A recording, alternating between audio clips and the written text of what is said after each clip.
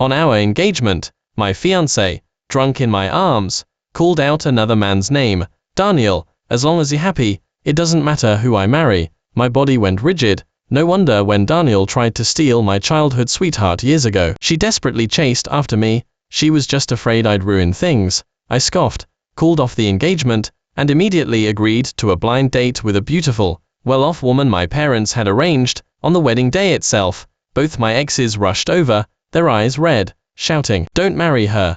Mia, my childhood, and I had been on and off for years. Every time, she'd throw a fit because of Daniel, the other.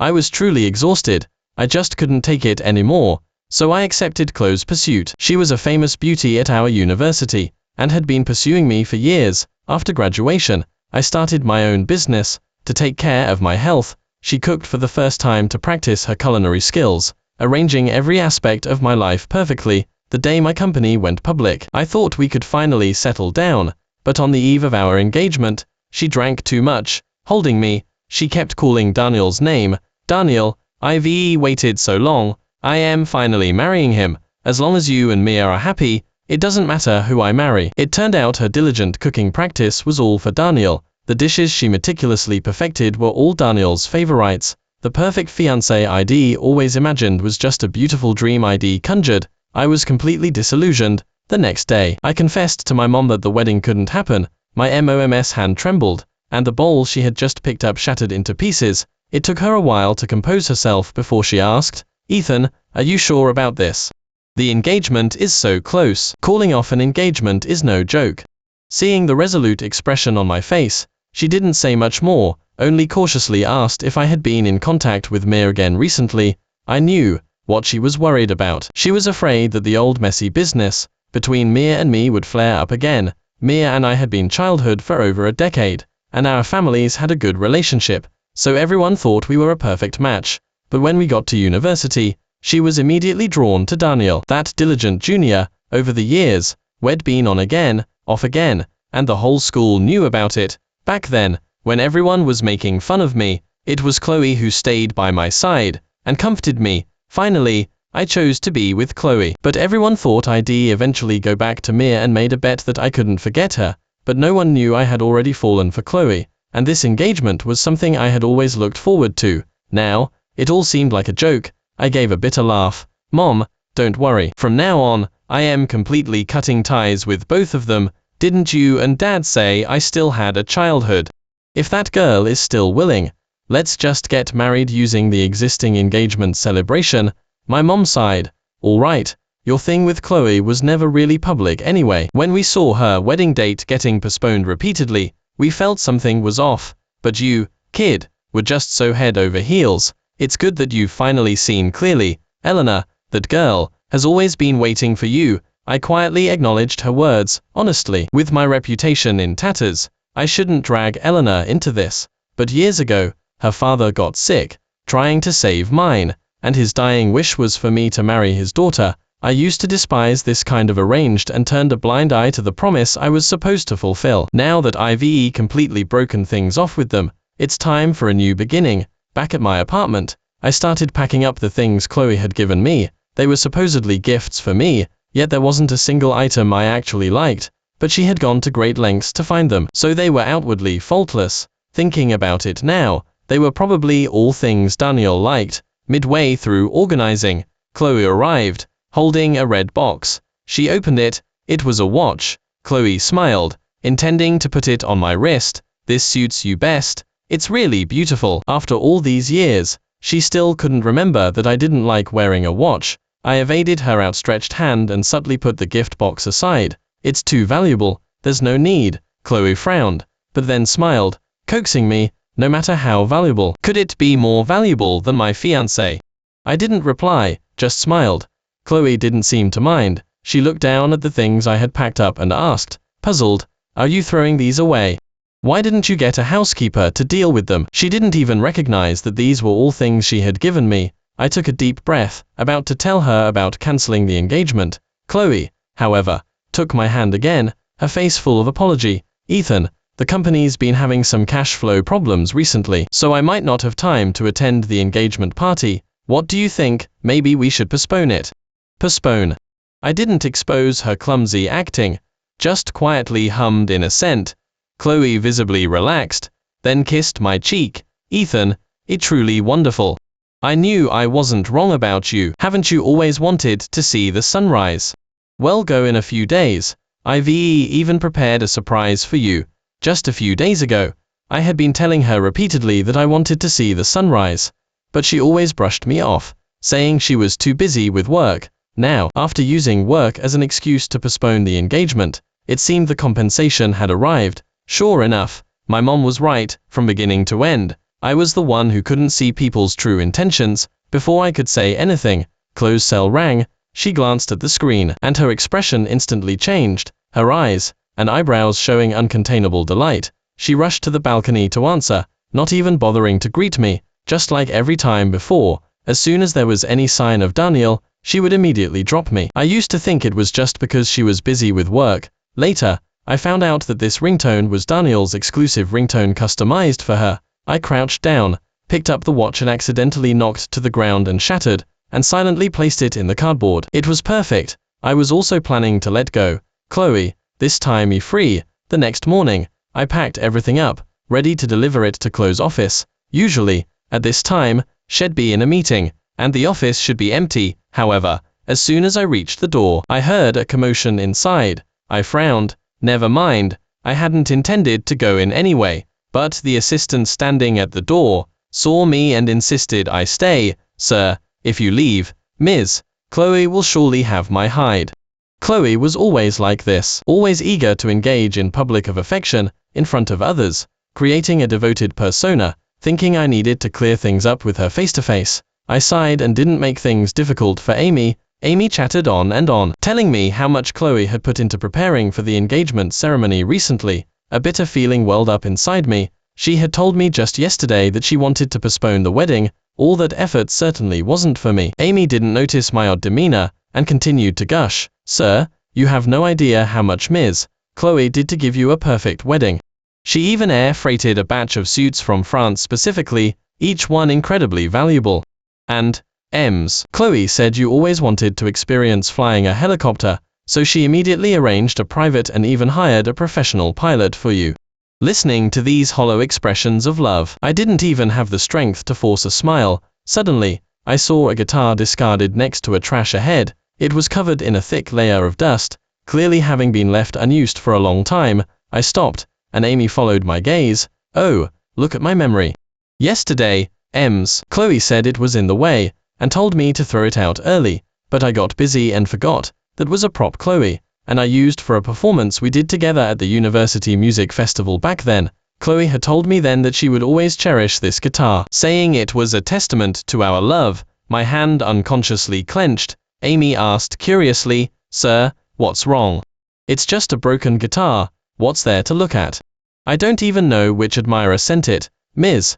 Chloe found it dirty after she handed it to me. She even wiped her hands several times with disinfectant. So, sir, you can rest assured, Ms. Chloe is absolutely devoted to you. Although I had long known that Chloe's every action towards me was just an act, at this moment, however, with the truth laid bare before me, I still felt breathless. Just then, Daniel's irritating laugh came from inside the office. Chloe, didn't you say you were going to give me a birthday present? Chloe's voice was impossibly sweet. Oh, you. Always thinking about my things. The gift is outside. Come see it with me. I snapped back to reality, a chill running down my spine. I just wanted to escape this place immediately. Shoving the cardboard in my hand to Amy, I picked up the guitar and turned to leave. Just as I reached the door, I bumped into someone. I looked up. It was Mia, from behind me. Daniel's snide voice came. Chloe, is this the surprise you're giving me? I turned around. Chloe was intimately linked arm in arm with Daniel. While I was holding Mia, the scene couldn't have been more awkward. Mia immediately pushed me away.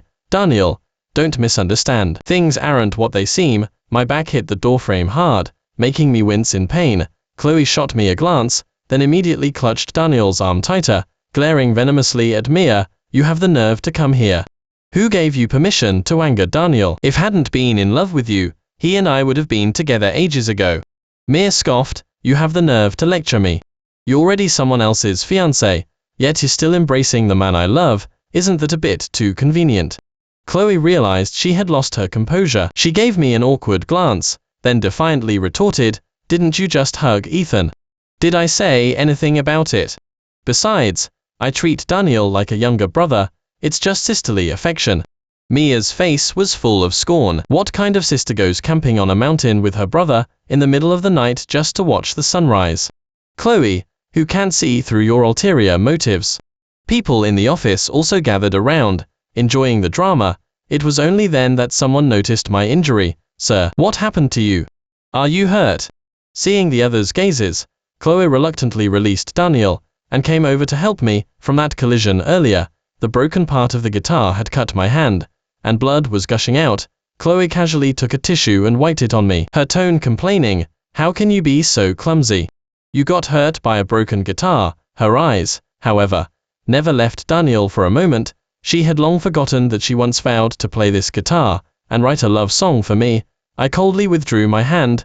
"Don't trouble yourself." She didn't listen at all. She just saw Mia helping Daniel up, and immediately flew into a rage, rushing over to yell, "Mia, since you can't learn to cherish Daniel, why don't you just let me be with him instead?" Daniel, however, shook Chloe's hand off and said, teary-faced, "Chloe, don't say another word. Aren't you also getting engaged to someone else? You all say I am the only one in your hearts, but behind my back, aren't you all messing around with other men?" That one sentence instantly drew everyone's attention to me. Daniel glared fiercely at me, took off his watch, and held it at my head. "If you weren't constantly bothering Mia, she and I would have been married ages ago." Chloe already knew that Mia and I were completely over, but to appease Daniel, she still lied through her teeth. "Daniel, don't be angry, it's all my fault. I didn't keep a close enough eye on him, which is why you and Mia argued. Don't worry, when we get back, I'll teach him a good lesson." The way people around me looked at me changed, as if I was some two-timing scumbag. A bitter feeling washed over me. So, that's how Chloe really saw me. Before I could explain, Daniel angrily ran out, leaving behind a remark, "Ha, I don't believe it. One of you is childhood, the other fell in love over time. How could I, a latecomer, ever compare?" Chloe and Mia also rushed out, leaving me alone, facing the scrutinizing gazes of the crowd. Amy, standing beside me, was still holding the cardboard, frozen in place. I took the box, put it down heavily on the floor, and opened it. "Perfect.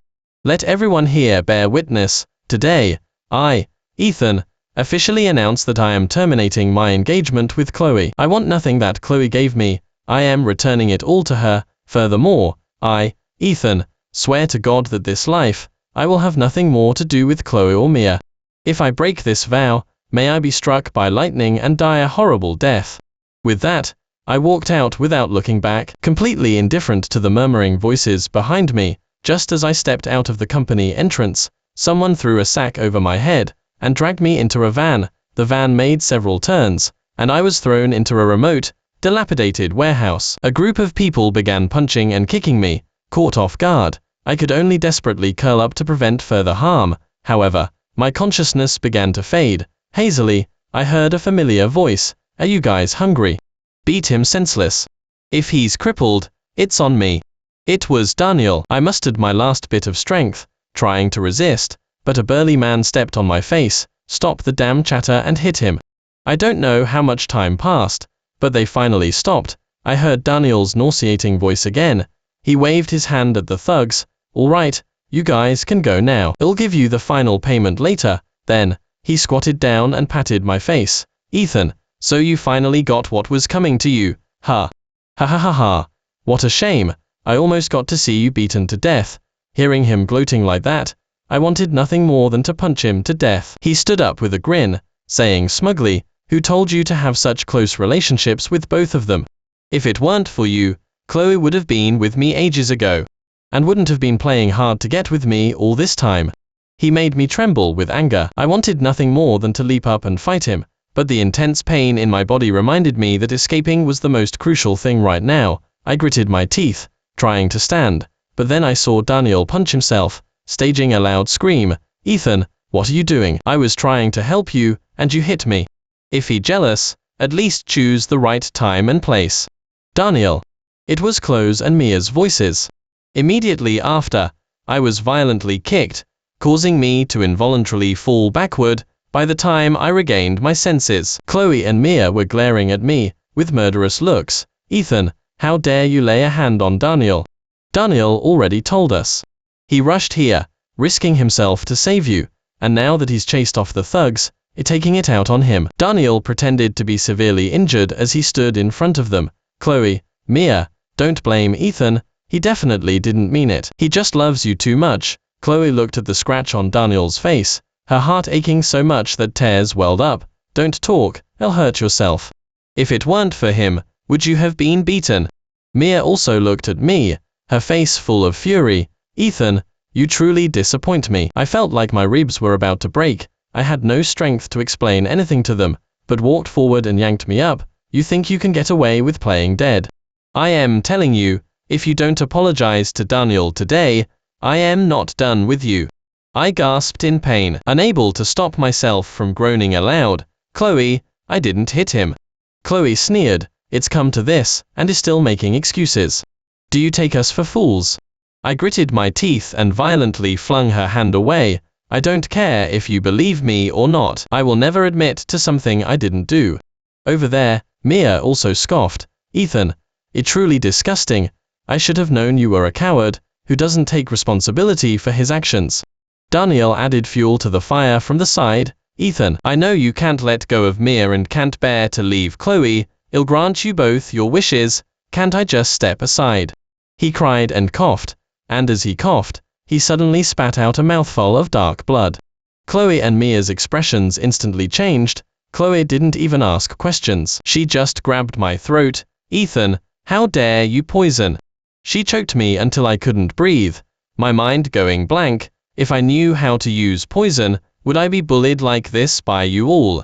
But and Mia, these two women who had once been so gentle with me, now both decided I was an utter bastard. Chloe completely ignored my pale face, and sneered at me. Ethan, I am telling you, don't even think about denying it. If anything happens to Daniel, do you think I'd let you off so easily? Tell me. What did you give Daniel? Mia was also pacing frantically. Exactly. Ethan, stop pretending. Give him the antidote. Ignoring the searing pain in my throat, I struggled to force out a sentence. I didn't poison him. Chloe didn't believe me at all. Without another question, she took a fruit knife from her handbag and viciously stabbed me in the abdomen. Pain instantly engulfed my entire body. I felt like my insides were being ripped apart. Chloe pulled out the knife, and blood immediately gushed out. With her blood-stained hand, she gently stroked my cheek. Ethan, don't blame me, you were the one who made the first mistake. With that, she threw me to the ground, and turned to look at Daniel. They completely ignored me, bleeding profusely, and groaning in pain on the ground, and just walked away. My consciousness grew increasingly hazy. Everything went dark. I felt like I was dying. No, I couldn't die such a cowardly death. The phone and wallet the thugs had searched from me were tossed aside. I used every last bit of my strength to inch my way toward the cell, my hand trembling as I reached for it, trying to grasp it. With immense effort, I finally touched the cell, unlocked it, and dialed 911. Hello? Help. IVE. Been kidnapped. After making the call, I completely lost consciousness. Meanwhile, Chloe and Mia hurriedly took Daniel to the hospital. Only then did Chloe remember me, lying on the ground, and a hint of unease suddenly surged in her heart. She called her assistant to check, but was told the warehouse was empty. Immediately after, the assistant told her about Ethan breaking off the engagement earlier. A trace of doubt surfaced in Chloe's mind. Could actually be innocent. She reassured herself that Ethan was so cunning, he must have been faking it earlier. He'd be fine. Maybe he was just trying to gain sympathy with a pity. Chloe forced herself to calm down, and turned to go back to the hospital room. Just as she reached the door, she heard Daniel's voice from inside. Daniel, who should have been lying weakly on the hospital bed, was now speaking smugly into the cell. Chloe's heart sank. She quietly crept to the door, wanting to hear what Daniel was saying clearly. That foolish Chloe. She actually believed I was poisoned. IVE got her completely wrapped around my finger. Ethan is an idiot too. So what if he started a successful business, and made a lot of money? I still manipulated him every step of the way. Even if he dies, no one will avenge him. I want Chloe and Mia to live in eternal guilt. They'll spend their lives living only for me. Daniel burst into boisterous laughter, completely lost in his gloating, not noticing Chloe at all. As listened to Daniel's arrogant words, she felt her entire worldview collapse. She had always thought she deeply loved Daniel, and would sacrifice anything for him, even hurting innocent people, but she never imagined that Daniel had been treating her like a fool, a mere tool to be used at his whim. Chloe frantically rushed out of the hospital, desperate to find me. She had no clue where to go, so she ran to the warehouse to look for me, only to find a scene of disarray. Fear surged through her like a tidal wave. Chloe realized she might have truly made a terrible mistake. She scrambled and rushed all the way to my building, hoping to find some clue. Just then, my mom, looking exhausted, came out. Seeing her face immediately darkened. "What are you doing here?" Chloe anxiously asked. "Auntie, where's Ethan? Did something happen to him?" My mom frowned. "How did you know he was hurt? He's in the hospital now, don't bother him. You're the last person he wants to see right now." Hearing that I was hurt, Chloe panicked even more. "Auntie, which hospital is he in? I need to go see him." My mom gave her a cold look and snapped, "Why do you want to see him? Do you think he's not hurt enough? Get out." With that, my mom instructed 2 bodyguards to block Chloe, and drove away herself. No matter how much Chloe cried and called out behind her, my mom paid no attention. Chloe collapsed weakly to the ground, her vision blurred by tears. She knew that this time, she had truly lost me. I slowly opened my eyes. The glaring lights made me squint. A figure was sitting by my bedside, quietly watching me. It was Eleanor, the girl I was betrothed to. When she saw I was awake, she excitedly stood up and tightly squeezed my hand. "Ethan, you're awake. How are you feeling? Is anything uncomfortable?"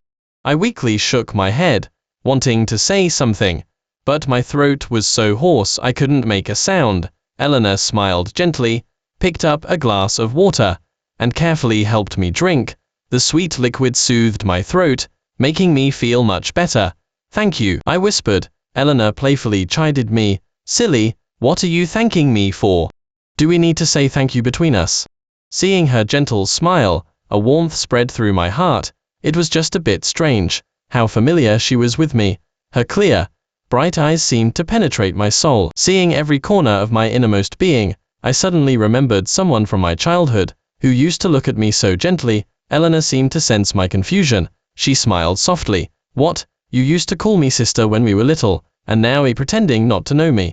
Back then, when we went out to play, you always loved holding my hand, and said you'd marry me when we grew up." Her voice was gentle, and her eyes were filled with nostalgia. As I listened to her words, vague images flashed through my mind. A little girl in a floral, holding my hand, playing happily in the yard. The setting sun cast its glow on her face, highlighting her sweet smile, like a beautiful painting. When I was little, I did often play with a little girl, but then, she mysteriously disappeared, and we lost touch. Could it be, she was that little girl? Eleanor gently caressed my face, and softly said, "Ethan, I know you have many questions. I'll tell you everything once you've recovered. I've actually liked you for a long time, but when I came back from abroad, I found out you were already engaged to someone else, and I didn't dare to say anything. Now it's all right. You're finally mine." Looking at her affectionate gaze, a warm current flowed through me. I suddenly felt as if I had found a long-lost treasure. I reached out and gently held her hand, saying earnestly, "Eleanor, thank you for still liking me." Eleanor shook her head and said gently, "Being with you is the happiest thing in my life." I looked at her and couldn't help but ask, "Eleanor, are you truly willing to marry me? You must know about my past, right? You don't regret it?" Eleanor nodded firmly. "Ethan, I love you for who you are, not your reputation or your wealth. Even if you had nothing, I would always stay by your side." Hearing her say that, I was even more moved. After I was discharged from the hospital, Eleanor immediately began making arrangements for our wedding. She said she wanted to give me a grand and unforgettable wedding, making me the happiest man in the world. I quickly stopped her. "Eleanor, there's no need for so much trouble. I lack nothing." Eleanor smiled and said, "That won't do. I've been ready for a long time, just waiting to marry you." Seeing how overjoyed she was, I couldn't bring myself to refuse and let her get busy. Over the next few days, Eleanor was busy like a whirlwind. Although it was hard work, she found joy in it, and was full of energy every day. Seeing her prepare our wedding with such dedication, my heart was filled with emotion and happiness, especially since she also sent me various gifts and tonics from time to time. My mom looked at the things piled up in my room, grinning from ear to ear. Eleanor, that child, she's truly incomparable in how she treats you. Looking at the delicate trinkets on my bedside table, I also felt very happy. These were all things I genuinely liked. I suddenly remembered the things Chloe had given me before. Although they were valuable, none of them were things I truly liked. Every time I mentioned an idea to her, she would always say my taste was bad, and I didn't know how to appreciate things. Now, it seemed she didn't understand me at all and didn't care what I liked. It turned out I deserved to have things I genuinely liked. The wedding proceeded as scheduled. I didn't invite too many guests. Only a few close family members and friends attended. Although simple, it was full of warmth and happiness. I knew Eleanor had deliberately simplified the wedding procedure because she was worried about my health. At the wedding, Eleanor wore a pure white wedding. Looking as beautiful as a fairy, she squeezed my hand tightly and said, "Ethan, I am finally married to you. Today, I am so happy." Seeing her happy smile, my heart was also filled with sweetness. She would be my most precious treasure in this life. Just then, a sudden commotion erupted at the wedding venue. A familiar figure stumbled in. It was Chloe. She was wearing a black dress, her hair disheveled, her face pale, looking utterly worn out. In her hand, she held some photos, seemingly joint pictures of us. She stood there like an abandoned child, lonely and helpless. My heart stirred slightly, remembering the bits and pieces of time we spent together. I couldn't help but feel a little distressed, but I knew that what we had was over. There was no going back. I helplessly shook my head and turned to look at her. "Chloe, what are you doing here? I didn't invite you, did I?" Chloe cried. "Ethan, please don't get married. Can we start over? I know I was wrong. I'll never pay attention to Daniel again. I only love you." Hearing her words, not a single ripple stirred in my heart. I said indifferently, "Chloe, wake up. It's impossible for us. I've found the person I love, and I am marrying her to live a happy life." Chloe shook her head in despair. "No. I don't believe it. You must be lying to me. You still love me, don't you?" I knew I couldn't give her any hope, or it would only make her suffer more. I said coldly, "Chloe, I don't love you anymore. I've completely let you go. Please don't bother me again." With that, I ignored her and walked onto the stage, holding Eleanor's hand. Chloe was utterly despondent. She watched as Eleanor and I exchanged rings and recited our vows on stage. It wasn't until Eleanor and I faced everyone and pledged our lifelong commitment that Chloe could no longer control her emotions. She collapsed onto the ground and cried hysterically. Chloe's loud wails drew sideways glances from the surrounding guests. Everyone looked at her with strange eyes, whispering and pointing. That day, to please Daniel, she didn't hesitate to hurt me. Now, I had fulfilled her wish and completely cut ties with her. Yet she started grieving again, which was truly bewildering. Her crying was simply too loud. Just as I was about to ask security to escort her out, a sharp female voice suddenly rang out, "Ethan, you scumbag. Why won't you leave Daniel alone? If he's jealous and can't let go of me, then come at me. Why torment Daniel? You contemptible lowlife."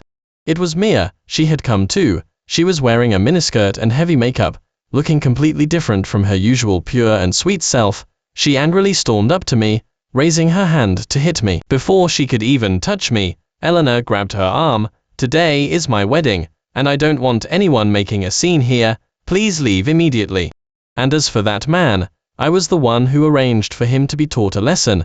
Ethan knew nothing about it." Eleanor's voice was cold, firm, and utterly serious. Mia looked at Eleanor in disbelief. You actually helping this scumbag? Do you have any idea how many women he's hurt?" Eleanor scoffed. "Stop deceiving yourselves. You two are the scummy ones. Besides, I love Ethan, and I choose to be with him. Even if he were a scumbag, it's none of your business." With that, she gave Mia a forceful shove. "I am warning you, don't you dare bother us again, or I'll deal with you harshly." Mia stumbled from the push, almost falling. She clumsily got back on her feet, pointed at Eleanor's nose, and cursed, "Bitch. You've lost all dignity for a scumbag." Eleanor stared at her coldly. "Say whatever you want. I am happier than you anyway." Chloe, having sobered up by then, quickly looked at me and said pitifully, "Ethan, I know I was wrong, please forgive me, can we get back together?" Eleanor frowned in displeasure. "Chloe, Ethan has nothing to do with you anymore." Chloe collapsed onto the ground, sobbing, "Why? Why are you taking him away? He was mine." Eleanor couldn't be bothered with her. She pulled my hand and turned to walk off the stage. Just then, Chloe suddenly leaped up from the ground, grabbed a bottle from the table, and viciously swung it at Eleanor. "Bitch, I'll kill you." I reacted quickly, pulling Eleanor behind me, and shielding her from the bottle with my body. With a crash, the bottle shattered, and glass shards flew everywhere. A sharp pain immediately shot through my back. Eleanor looked at me in horror, trembling as she asked, "Ethan, are you all right?" I suppressed the pain and shook my head. "I am fine, don't worry." Eleanor looked at me with heartache, tears streaming down her face. She turned, glared angrily at Chloe, and sharply ordered, "Security. Get her out of here and take her to the police station." Several security guards immediately rushed forward and escorted Chloe out. Chloe struggled, crying out my name, her voice piercing and desperate. Eleanor turned, looked at me gently, and asked softly, "Ethan, let's go to the hospital and get you bandaged first. Don't be sad, don't let these irrelevant people spoil our wedding day." I nodded, squeezing her hand tightly. After we were married, Eleanor and I began our happy life together. A month later, the police informed me that I needed to come in for an investigation, and that's when I learned Chloe had been arrested. It turned out she had sought revenge for me. After her release from prison, she secretly broke into Daniel's home and brutally murdered him. The police found the weapon and poison at Chloe's home, and after Mia learned of Daniel's brutal death, she went insane and was eventually admitted to a rehabilitation center by her family. I felt nothing when I heard this news. I had long since let go of everything from the past and would no longer let those people affect my life. Those who had hurt me would ultimately pay for their mistakes. I just needed to cherish everything I had now, and together with Eleanor, live each day of the future well. I gently embraced Eleanor beside me, and said softly, "Eleanor, it's a good thing I'll have you by my side in the future." Eleanor smiled sweetly and nestled into my arms, saying, "No matter what happens, I'll always be by your side."